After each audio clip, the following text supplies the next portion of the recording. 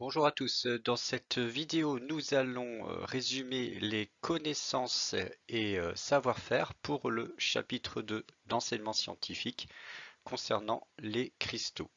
Alors dans cette vidéo on va s'intéresser uniquement à la partie physique sur l'état cristallin. Alors lorsqu'on observe des cristaux de chlorure de sodium au microscope, on peut observer des cristaux qui présentent des arêtes comme ceci, des espèces de formes cubiques qui constituent un grain du cristal. Alors, cette forme, elle est due en fait à la structure microscopique du chlorure de sodium. En effet, le chlorure de sodium, il est constitué d'une maille élémentaire qui se répète. Ce petit cube qu'on voit là, il va se répéter dans les trois directions de l'espace. Et ça, c'est ce qui va caractériser un cristal. Un cristal est constitué d'une maille élémentaire qui va se répéter dans les trois directions de l'espace. Alors pour la maille de chlorure de sodium, les entités sont les ions chlorure Cl-, qui sont présents au sommet du cube de la maille, ainsi qu'au centre des faces, mais également des ions Na+, qui sont au niveau du milieu des arêtes du cube qui constitue la maille. Voilà, donc ça c'est la maille de chlorure de sodium qui se répète. Et donc, c'est ce qui va différencier un cristal d'un solide amorphe. Contrairement à un solide amorphe, un cristal possède un caractère périodique, c'est-à-dire qu'il est constitué d'une maille élémentaire qui se répète dans les trois directions de l'espace. Alors, la connaissance de cette structure microscopique va pouvoir permettre d'expliquer certaines propriétés physiques d'un cristal. Et nous, on va voir après un exemple euh, avec la masse volumique. La connaissance de la maille va permettre de calculer, de déterminer par le calcul la masse volumique du cristal. À retenir donc pour cette partie grand A, vous savez depuis le collège que les solides sont des corps qui possèdent une forme propre, contrairement aux liquides et aux gaz. Et pour les cristaux, les entités sont arrangées de manière ordonnée dans une maille qui se répète dans les trois directions de l'espace. C'est le caractère périodique des cristaux. Les solides amorphes, eux, ne présentent pas cette répétitivité. Maintenant, nous allons nous intéresser à deux types de structures cristallines que vous devez connaître. La première est la structure cristalline de type cubique simple. La maille est un cube et les entités, atomes, ions ou molécules, sont présentes sur les sommets de la maille. Alors, la première question, c'est combien y a-t-il d'entités dans une maille? Alors, on serait tenté de répondre 8, que cette maille-là contient 8 entités. Mais attention, chaque entité n'est pas présente en entier dans la maille. Si je m'intéresse à celle-ci, il n'y a que 1/8 qui est effectivement présente dans le cube. Toute cette partie extérieure n'est pas présente dans le cube, dans la maille. Elle est présente dans d'autres mailles qui sont en contact avec celle-ci. Donc attention, cette entité-là ne compte pour seulement 1/8. Il n'y a que 1/8 de l'entité qui est effectivement présente dans la maille. Donc si maintenant quand je veux compter le nombre d'entités qui est présent dans ce cube, dans cette maille, eh bien on va faire 8 entités fois 1/8, puisque chaque entité compte pour 1/8, et donc on n'a qu'une entité par maille. Par conséquent, la maille cubique simple contient une seule entité, atome, ion ou molécule, par maille. Deuxième type de structure cristalline à connaître, celle de type cubique à face centrée. Alors, la maille se présente comme ceci, avec des entités présentes au sommet du cube, mais également ici, au centre des faces du cube. Alors, nous avons déjà vu que les entités au sommet comptent pour 1/8. Les entités présentes au centre des faces, eh bien, seule la moitié de l'entité est réellement présente à l'intérieur du cube. Donc, chaque entité au centre des faces compte pour 1/2. Le nombre d'entités pour cette maille va donc être égal à 8 fois 1/8, nous avons 8 entités présentes au sommet du cube qui comptent chacune pour 1/8, mais également 6 entités présentes au centre des faces, mais comme chaque entité compte pour 1/2, 6 fois 1/2. Donc 8 fois 1/8, ça fait 1, 6 fois 1/2, ça fait 3. On a donc au total 4 entités présentes de manière effective dans une maille de type cubique à face centrée. Donc à retenir, la maille cubique à face centrée contient 4 entités par maille. À retenir pour la partie grand B de ce cours, parmi les nombreuses structures cristallines existantes, on peut en distinguer deux qui sont à connaître. La structure cubique simple. La maille est un cube dont chaque sommet est occupé par une entité, atome, ion ou molécule. Chaque entité au sommet est présente pour 1/8 dans la maille. Ainsi, une maille contient 8 fois 1/8, c'est-à-dire une entité. La structure cubique à face centrée. La maille est un cube, donc chaque sommet est occupé par une entité, ainsi que chacun des centres des faces. Chaque entité au sommet est présente pour 1/8 dans la maille, et chaque entité au centre d'une face est présente pour moitié dans la maille. Ainsi, une maille contient 8 fois 1/8 plus 6 fois 1/2, c'est-à-dire 4 entités par maille. Alors, à retenir également, l'arête de la maille est appelée paramètre de la maille, et on la note petit a. Alors maintenant, nous allons voir comment déterminer la valeur de l'arête d'une maille cubique à partir du rayon des entités qui sont présentes dans la maille. On va voir ça à travers deux exemples qui concernent les deux structures cristallines que vous devez connaître, à savoir la structure cubique simple et la structure cubique à face centrée. Alors, premier exercice, on s'intéresse au polonium. Il cristallise selon une structure cubique simple. On nous donne le rayon d'un atome de polonium qui est égal à 1,90 fois 10 puissance moins 10 mètres. Première question, représenter cette maille en perspective cavalière. Donc ça, c'est quelque chose que vous devez savoir faire. Il faut donc savoir représenter un cube en 3 dimensions, puisque il s'agit d'une structure cubique simple. Et vous devez savoir que pour une structure cubique simple, les atomes sont présents au sommet de la maille. On va donc ici, pour la question 2, déterminer la valeur de l'arête, c'est-à-dire la valeur d'un des côtés du cube. Tous les côtés sont égaux, bien sûr. Et pour cela, il faut se souvenir qu'en réalité, les atomes se touchent. Si on devait représenter cette structure cubique simple avec les tailles réelles des atomes, ce serait d'ailleurs pas simple du tout, c'est assez complexe, vous ne devez pas savoir le faire, mais en fait, tous les atomes se touchent comme ceci. Et on remarque en fait, les atomes, finalement, deux atomes se touchent selon une arête. Et finalement, on va avoir la valeur de l'arête qui est égale à 2 fois le rayon d'un atome. A égale 2 fois R. Avec la valeur qui nous est proposée ici, A égale 2 fois 1,90 fois 10 puissance moins 10 mètres. Et on trouve la valeur de l'arête, 3,80 fois 10 puissance moins 10 mètres. Donc ça, c'est quelque chose qu'il faut absolument retenir, c'est que pour une structure cubique simple, la valeur de l'arête est égale à 2 fois le rayon. On le voit ici à l'aide de ce schéma.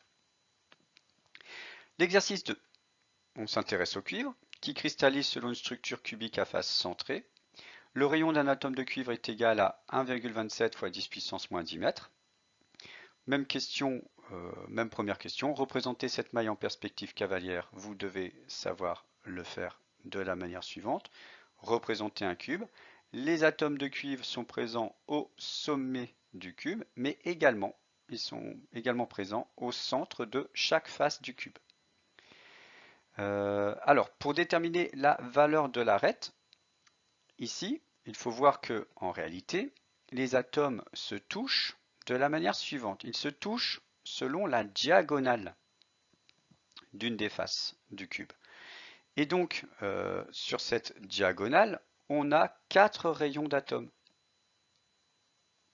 Et nous, on cherche la valeur de A. Donc, on peut connaître la valeur de cette diagonale. C'est 4 fois le rayon nous est indiqué. Je connais la valeur de ce côté, et moi je cherche ces deux côtés-là, qui sont égaux. Je vois ici que j'ai un triangle rectangle isocèle et donc je vais pouvoir utiliser le théorème de Pythagore. Alors, pour ce théorème de Pythagore, le carré de l'hypoténuse, c'est-à-dire 4r le tout au carré, est égal à a carré plus a carré. Alors, il faut être très vigilant de bien mettre 4r entre parenthèses au carré. Ce que je vois souvent, c'est des élèves qui écrivent 4r carré. Ils oublient de mettre les parenthèses et donc forcément le calcul va être faux. Donc 4r carré égale a carré plus a carré. A carré plus a carré est égal à 2a carré. Et donc même si ici on cherche à déterminer l'un des côtés, comme les deux côtés sont égaux, on va pouvoir faire ce calcul sans problème. Alors 4r carré, ça nous donne 16r carré. Donc 16r carré est égal à 2a carré. Comme je cherche à déterminer la valeur de a, le 2 qui est ici, on va le faire passer de l'autre côté. Donc ça va nous donner 16 divisé par 2.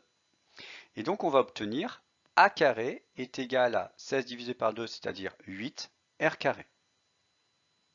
Comme on cherche la valeur de a, on va faire la racine carrée de 8r carré. La racine carrée de 8r carré, ça va nous donner racine de 8 fois r. On va pouvoir reprendre la valeur proposée ici. Donc a est égal à racine de 8 fois 1,27 fois 10 puissance moins 10 mètres. Et on trouve 3,60 fois 10 puissance moins 10 mètres. Alors, pour la structure cubique à face centrée, il ne faut pas retenir par cœur a est égal à racine de 8r. Bon, si vous le retenez, c'est pas gênant, mais en fait, il faut vraiment savoir faire cette démonstration. Dans les sujets de devoir, souvent, on nous demande de démontrer que la valeur de l'arête est égale à racine de 8r. Donc, il faut partir de cette représentation ici et utiliser le théorème de Pythagore comme on l'a fait. Partie grand C, de la structure microscopique aux propriétés macroscopiques. Alors on va illustrer cette partie à l'aide d'un exemple, le calcul de la masse volumique. Alors la masse volumique, elle se calcule à l'aide de la formule ρ, ρ étant la masse volumique, est égale à masse divisé par volume. Alors nous on va mettre ça en application par rapport à la structure cristalline de ces solides et à partir de la maille. Donc la masse volumique va être égale à la masse des entités à l'intérieur de la maille divisé par le volume de la maille. La masse des entités à l'intérieur de la maille s'exprime tout simplement de la manière suivante. N, le nombre d'entités dans la maille, fois la masse d'une entité. Le volume de la maille, on l'a déjà rencontré, c'est tout simplement A au cube. Donc on va voir une application de cette formule, toujours à travers les exemples du polonium et du cuivre. Alors nous allons maintenant calculer la masse volumique du cuivre et du polonium. On va exprimer les résultats en grammes par centimètre cube. On dispose des masses des atomes de cuivre et de polonium, ainsi que des arêtes des mailles correspondantes.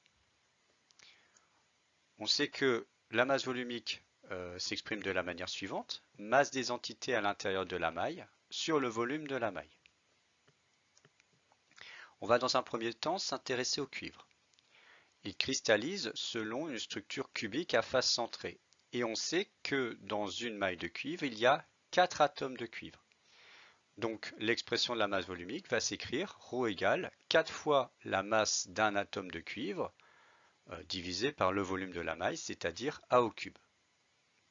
Alors pour faire ce calcul, on va utiliser les données de l'énoncé, mais attention, on veut une masse volumique en grammes par centimètre cube. Donc il faudra ici que au numérateur, on ait une expression en grammes. Donc la masse de l'atome de cuivre, elle doit être en grammes, ce qui est le cas ici. Le volume, lui, devra être en centimètres cubes. Donc ici, il faudra exprimer l'arête en centimètres. Or, celle-ci nous est donnée en mètres. Donc on va faire la conversion ici de cette arête en centimètres. Donc A égale 360 fois 10 puissance moins 10 mètres. Et ça, c'est égal à combien de centimètres?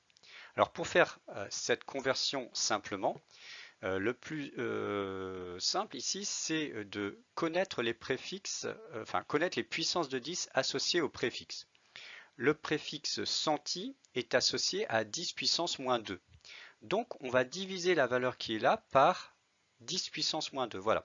Vous pouvez faire une petite flèche comme ça pour vous aider à retenir ça, à retenir la méthode. Et donc la valeur qui est là, 360 fois 10 puissance moins 10, on le divise par la puissance de 10 associée au préfixe qui est ici, soit ici 10 puissance moins 2. On obtient donc si on fait 370 moins 10 divisé par 10 puissance moins 2, on obtient 360 fois 10 puissance moins 8 cm. Maintenant, on peut faire le calcul à partir de cette expression. Donc, ρ égale 4 fois la masse de l'atome de cuivre sur A au cube, soit ici 4 fois 1,05 fois 10 puissance moins 22, divisé par 360 fois 10 puissance moins 8 au cube.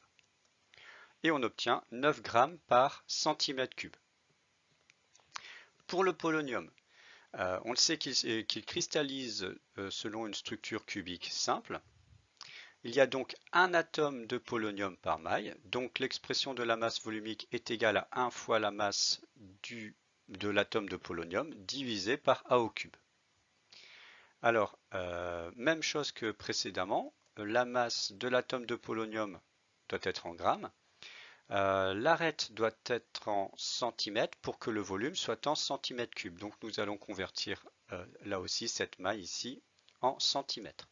3,80 fois 10 puissance moins 10 mètres égale combien de centimètres?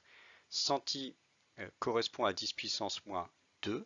Donc on va diviser par 10 puissance moins 2. 3,80 fois 10 puissance moins 10 divisé par 10 puissance moins 2. Et nous obtenons 3,80 fois 10 puissance moins 8 cm. On va faire le calcul de la même manière. Donc 1 fois masse de l'atome de polonium sur A au cube, ce qui va nous donner 1 fois 3,49 fois 10 puissance moins 22 grammes, divisé par 3,80 fois 10 puissance moins 8 au cube afin d'avoir des centimètres cubes, et nous obtenons 6,36 grammes par centimètre cube.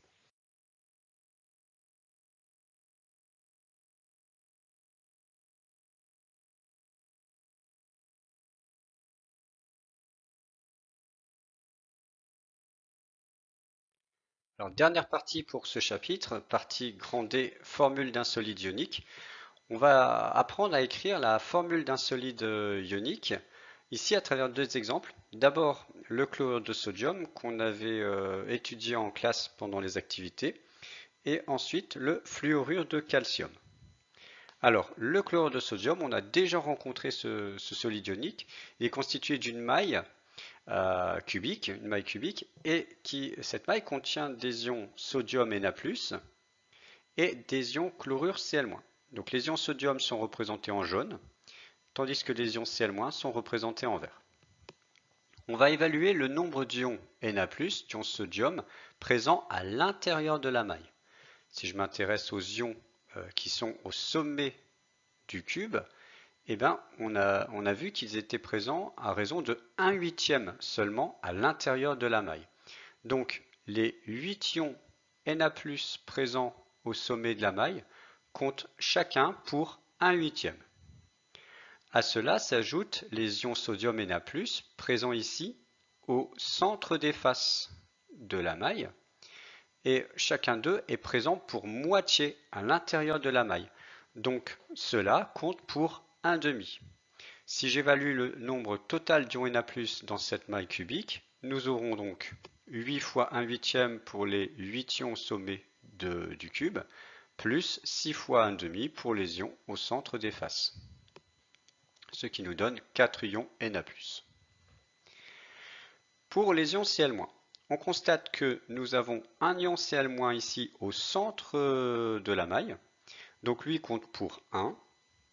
Et nous avons ensuite des ions Cl- au centre de chaque arête. Alors il y a donc 12 ions Cl- au niveau des centres des arêtes, mais attention, ces ions ne sont pas à l'intérieur, enfin ne sont pas entièrement à l'intérieur de la maille. Seulement un quart de l'ion ici est présent à l'intérieur de la maille, donc 12 fois un quart.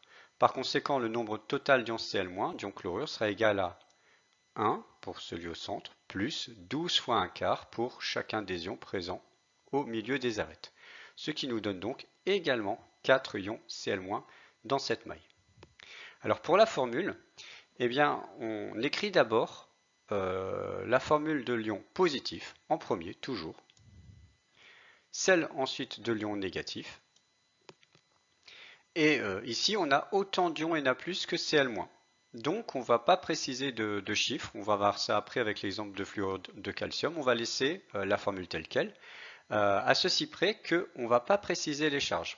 Alors ça peut paraître surprenant parce que ce sont bien des ions qui sont présents dans cette maille, des espèces chargées, mais en fait la formule d'un solide ionique, elle s'écrit comme ceci, NaCl, sans représenter les petites charges des ions, bien qu'elles existent.